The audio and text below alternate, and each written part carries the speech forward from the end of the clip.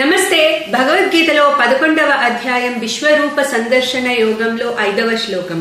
శ్రీ భగవానువాచ పశ్య మే పార్థ రూపాణి శతశోథ సహస్రశః నానా విధాని దివ్యాని నానా వర్ణాకృతీని చ.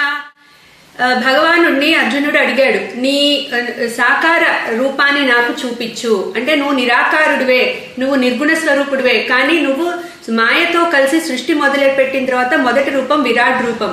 సో ఆ రూపాన్ని, అంటే అక్కడి నుంచి సృష్టి అంతా మేనిఫెస్ట్ అయింది. సో ఆ విరాట్ రూపాన్ని నేను చూడదలుచుకుంటున్నాను, ఒకవేళ నాకు ఆ యోగ్యత ఉంటే చూపించు అని అడిగాడు.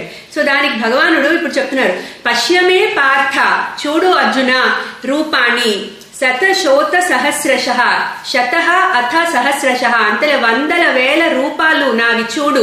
అట్లాగే నానా విధాని దివ్యాని నానా వర్ణాకృతీని చ. సో 100,000 రూపాలు ఉన్నాయి నావి చూడు.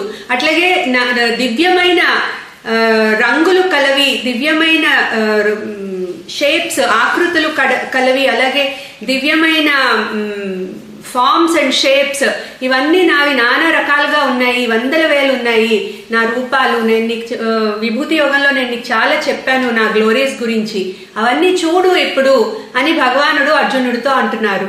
సో అందుకని పశ్యమే పార్థ రూపాణి శతశోథ సహస్రశః నానా విధాని దివ్యాని నానా వర్ణాకృతీని చ. సో రూపాలు, నానా రకాలైన రూపాలు, వర్ణాలు, దివ్యమైన పదార్థాలు, అలాగే ఆకృతులు, ఇవన్నీ చూడు అర్జున అని చెప్తున్నారు. క్లీం కృష్ణాయ నమః.